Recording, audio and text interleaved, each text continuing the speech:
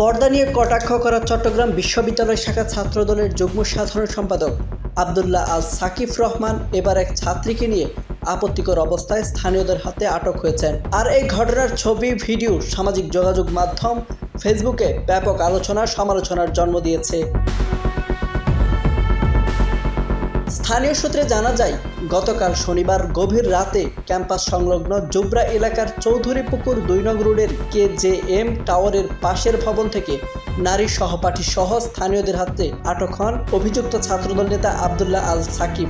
পরে তাকে উপস্থিত স্থানীয়রা মারধর করেন।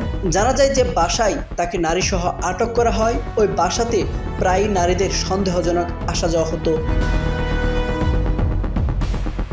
ছাত্রদলের এই নেতা সম্পর্কে জানা যায়, তিনি চট্টগ্রাম বিশ্ববিদ্যালয়ের চাকসু নির্বাচনে ছাত্রদলের প্যানেল থেকে আইন ও মানবাধিকার সম্পাদক পদে নির্বাচন করেন। রাজনৈতিকভাবে চট্টগ্রাম বিশ্ববিদ্যালয় শাখা ছাত্রদলের যুগ্ম সাধারণ সম্পাদক হিসেবে তিনি দায়িত্বে আছেন।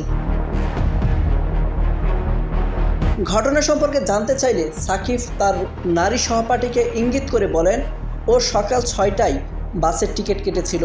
আমরা কয়েকজন মিলে রাতে ঘোরাঘুরি ও নাইট আউট করার পরিকল্পনা করেছিলাম। খাবারের ব্যবস্থা না থাকায় প্রথমে হাটহাজারিতে খেতে যাই। পরে জুবরা এলাকার একটি দোকানের সামনে মারামারির পরিস্থিতি সৃষ্টি হলে সে ২ নম্বর গেট দিয়ে ক্যাম্পাসে ঢোকার কথা বলে।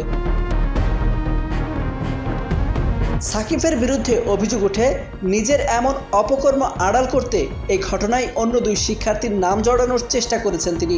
যাদের জড়ানোর চেষ্টা করেন তারা হলেন রাজনীতি বিজ্ঞান বিভাগের ২০২০-২১ শিক্ষাবর্ষের শিক্ষার্থী আব্দুল্লাহ আল মামুন এবং প্রাণীবিদ্যা বিভাগের ২০২১-২২ শিক্ষাবর্ষের শিক্ষার্থী নাজিফা তাসনিম প্রিয়ন্তী। তবে এক পর্যায়ে তারা ফেসবুক লাইভে ঈদের ছুটিতে বাড়ি থাকা ও ছাত্রদল নেতার মিথ্যাচারের কথা জানান দেন।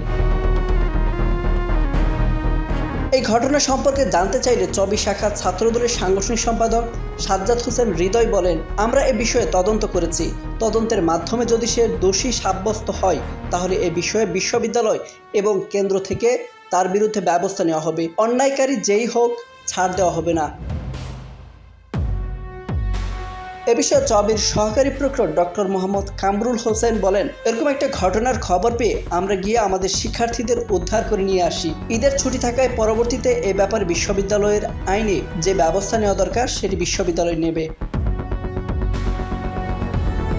এ ঘটনার আগে গত বৃহস্পতিবার চাকসুর উদ্যোগে পর্দানশীল নারী শিক্ষার্থীদের জন্য বিভিন্ন ক্যান্টিনে ছাত্রী কর্নার চালু করা হলে তা নিয়ে ফেসবুকে ব্যঙ্গাত্মক পোস্ট করে শিক্ষার্থীদের সমালোচনার মুখে পড়েন অভিযুক্ত Sakib Rahman. Multimedia desk, Dhaka voice.